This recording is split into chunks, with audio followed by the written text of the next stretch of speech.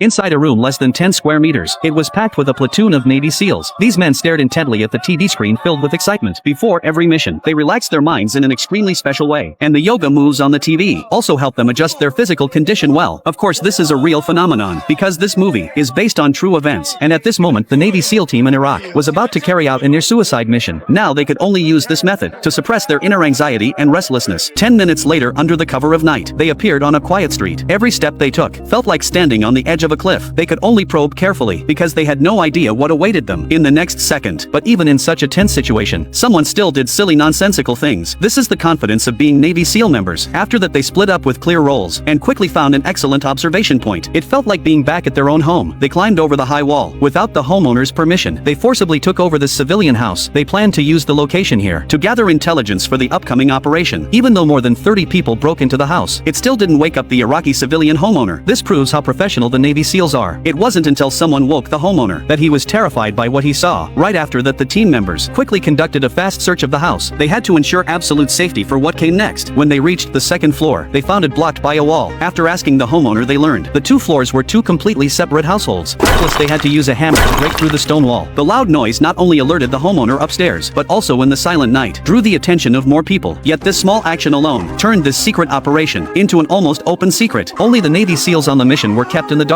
Early the next morning, it was as if nothing had happened. The team took control of everyone from both households and set up a hidden observation post on the second floor. At this time, a commotion slowly formed on the street. But just then, the sniper on watch noticed something unusual. An Iraqi civilian wearing a white shirt was talking on the phone while glancing toward this house, but he had no weapons on him, so the sniper took no aggressive action. He simply recorded the man's information. If he showed up again, it would mean the man was suspicious. However, something strange happened then. A man actually appeared in the building across the street and started observing the surroundings. At the same time, the team leader received a message. Team B was under attack by rocket-propelled grenades and small arms fire. Though it didn't cause heavy casualties, it pulled the drone away without aerial support. The Navy SEALs hiding in the civilian house were like blind men, completely losing control of the street. After the drone was diverted, it was as if the enemy knew their moves. The once busy street went silent. All civilians vanished in an instant. One strange incident after another made the team realize this was no coincidence. They feared their position had been exposed. When the clues connected, everyone was shocked. The atmosphere inside the house instantly turned heavy. Yet just then, a grenade was thrown in through an opening. Oh, fuck.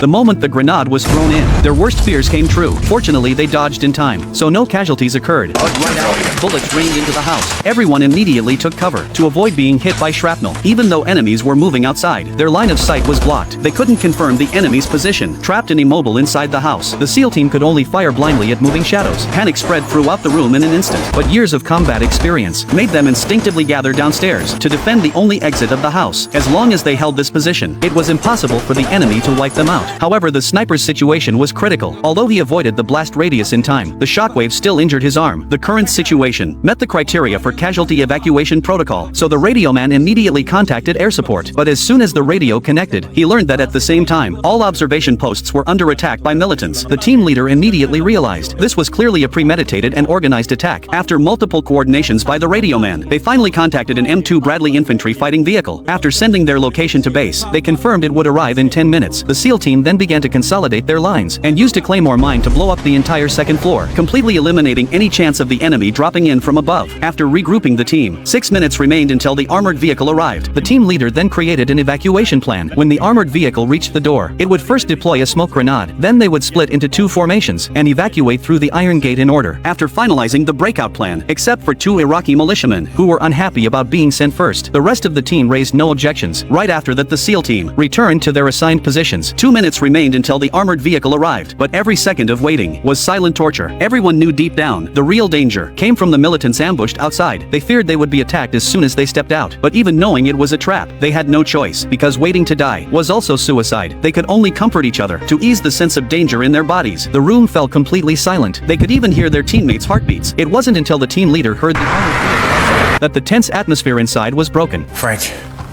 I hear it. Prep the smoke. Smoke's prepped. Frogman 6 Romeo, approaching your OP now. 1 minute out. I said 1 minute until arrival. For the SEAL team, this was undoubtedly uplifting news. The armored vehicle wasn't under attack. Did that indirectly mean the militants had retreated? Little did they know it was just a trap set by the enemy. Either erupt in silence or perish in silence. Break out! Break out! Break out! Go! Hold up.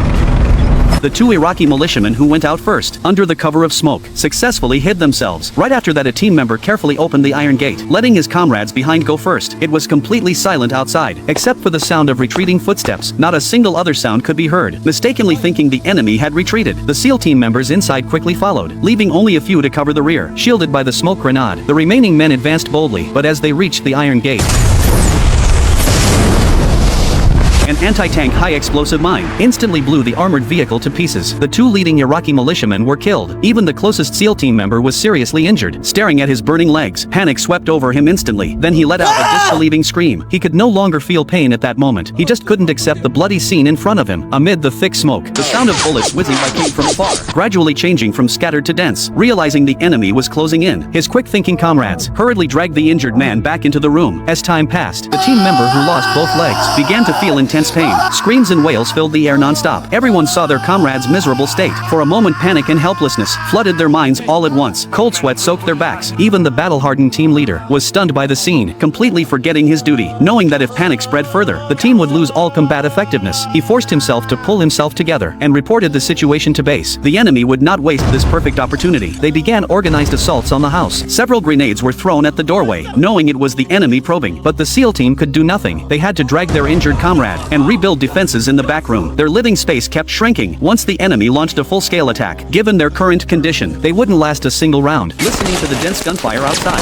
and facing overwhelming enemy numbers, a forced breakout would be certain death. Waiting for rescue was now the only viable option. Fortunately, not long after, great news finally arrived. Air support dispatched by base had arrived. However, the enemy was too close to the team. Using large-scale lethal weapons would also endanger their own lives, so they could only have the jets perform a show of force. When an F-18 flew low at 800 kilometers per hour, the airflow from its wings turned the entire street upside down in an instant. The 150 decibel noise from the jet engine also assaulted everyone's eardrums. Taking advantage of this gap, Team B, which had broken through the enemy encirclement, was 100 meters away, rushing toward their position at full speed. With the help of the drone's thermal imaging, they easily took out enemies hiding in the dark. Using intelligence from their headsets, the team leader created an advance plan. Team B members moved in perfect coordination, taking turns covering. Their highly efficient combat style, coupled with each man's M4 carbine, the dozen or so supporting Team B members soon broke through the militant encirclement with 0 casualties. The moment they stepped into the room, in the eyes of the SEAL team, they looked like saviors. The team leader then handed over command to his Team B comrade. After the horrific scene, he knew he had lost his nerve. Upon taking command, Victor, who led both teams, immediately called base to send 4 M2 Bradley fighting vehicles, 2 for evacuating the injured, the other 2 to extract everyone. To ease the tense atmosphere inside, he laid out his entire plan and encouraged everyone that help had arrived. Let's go, boys! Let's fucking do this! Hey! I know we're moving fast, but don't step on anyone's fucking legs! All right, Sammy, let's go. Relax, man. My man, let's do this! Come on! Fuck with him! Victor's forceful arrival acts like a shot of adrenaline to everyone. He ordered 2 soldiers to retake the second floor to deliver suppressing fire on the enemy, then personally led several men outside, under his comrades' cover. Braving enemy gunfire, he retrieved the equipment left on the ground, even an ordinary hammer. They wouldn't let the militants take it, to use as a tool to mock the U.S. military. At this time, 2 armored vehicles were 100 meters from the target location. To ensure a safe evacuation, Victor called in the F-18 again for a show of force. When the armored vehicles reached the door, several comrades lifted the injured soldiers and began moving toward the entrance. Team B members took the lead, using concentrated gunfire to pin the enemies behind cover. As the hatch slowly lowered, the injured were moved forward in an orderly manner. A small team spread out, using their bodies to draw the militants' attention.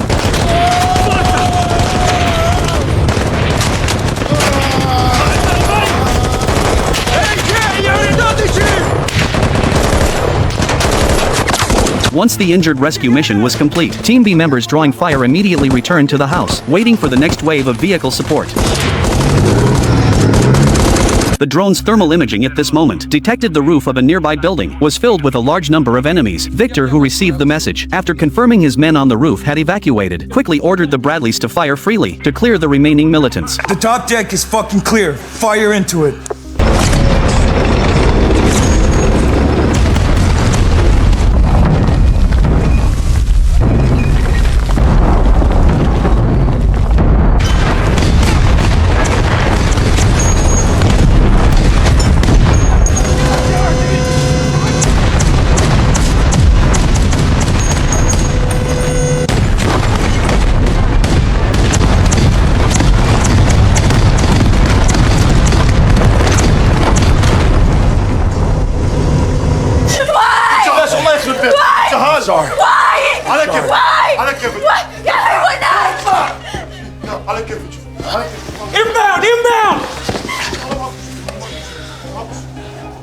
Stand by!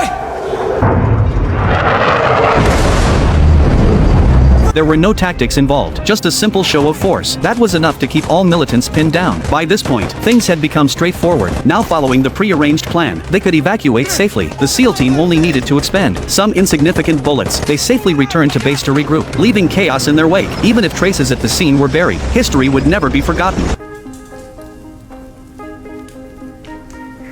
تعالي يا اختي تعالي ما في شيء لا تخافي ما تخافي ماما